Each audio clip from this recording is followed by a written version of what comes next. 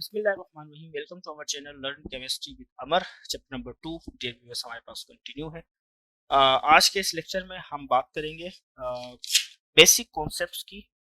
Again हमने chapter 1 में भी बात की थी।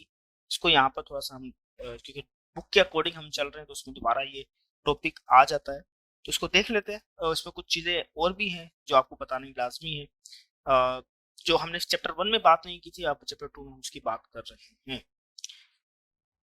अच्छा जी, एटॉमिक नंबर। इसके हम आपको तकरीबन स्टूडेंट्स को ये बात क्लियर होगी एटॉमिक नंबर किसको कहते हैं। एटॉमिक नंबर जस्ट सिंपल किसी भी एटम के अंदर प्रोटॉन्स की जो तादाद होती है, वो कहलाता है उसका एटॉमिक नंबर, और ये चेंज नहीं होता। आप ये कह सकते हैं कि atomic number is the fingerprint of an atom. Finger print of atom, atom का फिंगरप्रिंट है क्योंकि ये चेंज नहीं होता। जैसे कार्बन के केस में आप देखें ना, कार्बन हमारे पास हम किसकी बात करें, चले हाइड्रोजन की बात करते हैं। हाइड्रोजन का एटॉमिक नंबर क्या है, 1 है। और हाइड्रोजन का जो पहला एटॉमिक नंबर क्या है, 1 है। लेकिन हाइड्रोजन के 3 तरह के एटम्स होते हैं जिनको हम आइसोटोप्स कहते हैं। क्या कहते हैं, आइसोटोप्स। तो एक हाइड्रोजन एटम है जिसका एटॉमिक नंबर 1 है, मास नंबर भी 1 है। एक हाइड्रोजन एटम है जिसका एटॉमिक नंबर 1 है, मास नंबर 2 है। एक और हाइड्रोजन एटम है जिसका एटॉमिक नंबर 1 है जबकि मास नंबर 3 है।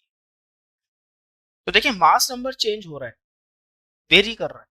आइसोटोप्स है ना, दे आर द आइसोटोप्स। और आपको इसके नाम भी पता होंगे, हमने चैप्टर नंबर 1 में भी बात की है। प्रोटियम, ठीक है, ये वाला हाइड्रोजन एटम है प्रोटियम। प्रोटियम। और ये वाला हाइड्रोजन एटम है ड्यूट्रियम। और ये वाला हाइड्रोजन एटम है ट्रिटियम। तो ये आइसोटोप्स हैं, एक ही सेम ही एलिमेंट है लेकिन डिफरेंट एटम्स हैं। तो मास नंबर की वजह से डिफरेंट है, जबकि एटॉमिक नंबर क्या है, सेम है। तो इसलिए हम कहते हैं कि this is protons is the fingerprint of an atom.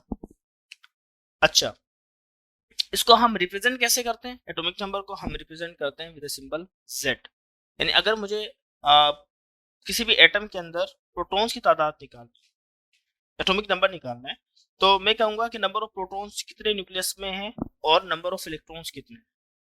ठीक है, यानी अगर मुझे Z चाहिए तो Z इक्वल टू किसके होगा, प्रोटॉन्स और इलेक्ट्रॉन्स की तादाद उस एटम के अंदर कितनी। क्योंकि जिस किसी भी न्यूट्रल एटम के अंदर, यानी जो एटम न्यूट्रल है, रिएक्शन में नहीं है, तो उसमें प्रोटॉन्स और इलेक्ट्रॉन्स की तादाद एक दूसरे के बराबर होती है। जैसे कार्बन में अगर 6 प्रोटॉन्स हैं तो इलेक्ट्रॉन भी कितने होंगे, 6 होंगे न्यूट्रल एटम के अंदर। लेकिन अगर कोई एटम इन द रिएक्शन है, जैसे कि हमारे पास सोडियम एटम है, ठीक है, सोडियम एटम जब क्लोरीन के साथ लिंक्ड होता है तो क्या कर रहा होता है, ये अपना एक इलेक्ट्रॉन लूज करता है और क्लोरीन से इलेक्ट्रॉन गेन करता है। इनके दरमियान जो फोर्स ऑफ अट्रैक्शन होती है, उसकी वजह से इसके इलेक्ट्रॉन्स की तादाद क्या हो जाती है, कम हो जाती है, इसके इलेक्ट्रॉन की तादाद ज्यादा होती है। तो फिर आप ये नहीं कहेंगे कि इलेक्ट्रॉन की तादाद प्रोटॉन नंबर है, एटॉमिक नंबर है। इसलिए हम कहते हैं कि किसी भी एटम के अंदर जो प्रोटॉन्स की तादाद है, ठीक है, तो सही डेफिनेशन यही होगी एटॉमिक नंबर की, the number of protons present in atom is known as atomic number and this is represented by the symbol Z।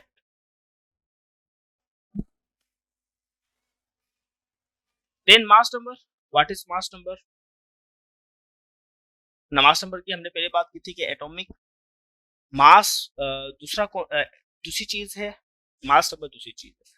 अक्सर स्टूडेंट इन दोनों को चीजों को एक साथ मिला देते हैं। हमने पहले भी बात की थी कि एटॉमिक मास में हम आइसोटोप्स के मास का एवरेज निकालते हैं। यानी हाइड्रोजन में अगर हम हाइड्रोजन का एटॉमिक मास निकालेंगे तो हाइड्रोजन एटम के तीनों आइसोटोप्स का मास लेकर, ठीक है, प्रोटॉन्स तो सेम है लेकिन जो न्यूट्रॉन्स मास नंबर एटॉमिक मास है वो डिफरेंट है इनका। अब ये देखो, ये हाइड्रोजन एलिमेंट है, इसके अंदर हाइड्रोजन के डिफरेंट आइसोटोप्स। ज्यादातर प्रोटीन की तादाद होती है इसलिए हम यही ही यूज करते हैं। जो ये वाला आइसोटोप है ड्यूट्रियम और ट्रिटियम, ये कभी कभी इस्तेमाल किया जाता है। जैसे कि एक फार्मूला है D2O, ठीक है, ये ड्यूट्रियम डाइऑक्साइड है। तो वाटर का फार्मूला तो H2 है, जिसके अंदर हम ये वाला हाइड्रोजन, प्रोटीन वाला हाइड्रोजन यूज करते हैं। तो एलिमेंट के अंदर जितने भी एटम्स हैं उनके मास का एवरेज निकालते हैं तो बनता है एटॉमिक मास। जबकि मास नंबर ये कहता है कि कोई भी एटम है चाहे वो उसका कोई सा भी आइसोटोप हो, तो उसमें जो प्रोटॉन्स प्लस न्यूट्रॉन की तादाद होगी उसका मास नंबर। जैसे फॉर एग्जांपल हम ड्यूट्रियम का जो मास नंबर निकालेंगे वो क्या आएगा, वो आएगा 2। ठीक है, एटॉमिक नंबर तो 1 है, मास नंबर क्या है 2।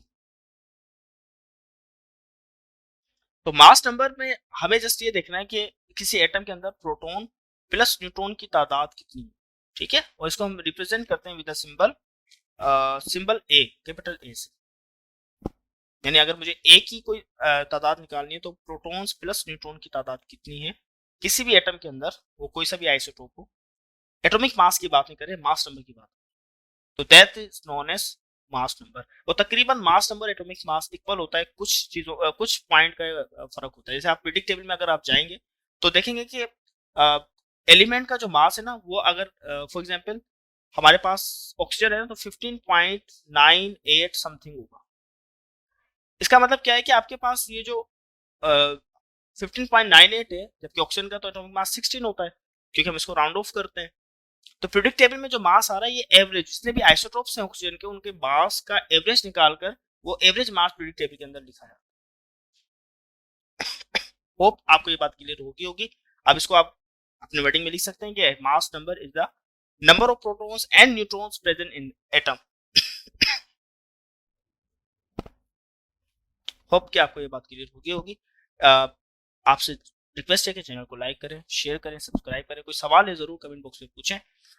कोई आपकी सजेशन है इस चैनल के लिहाज से तो जरूर उसके बारे में बताएं।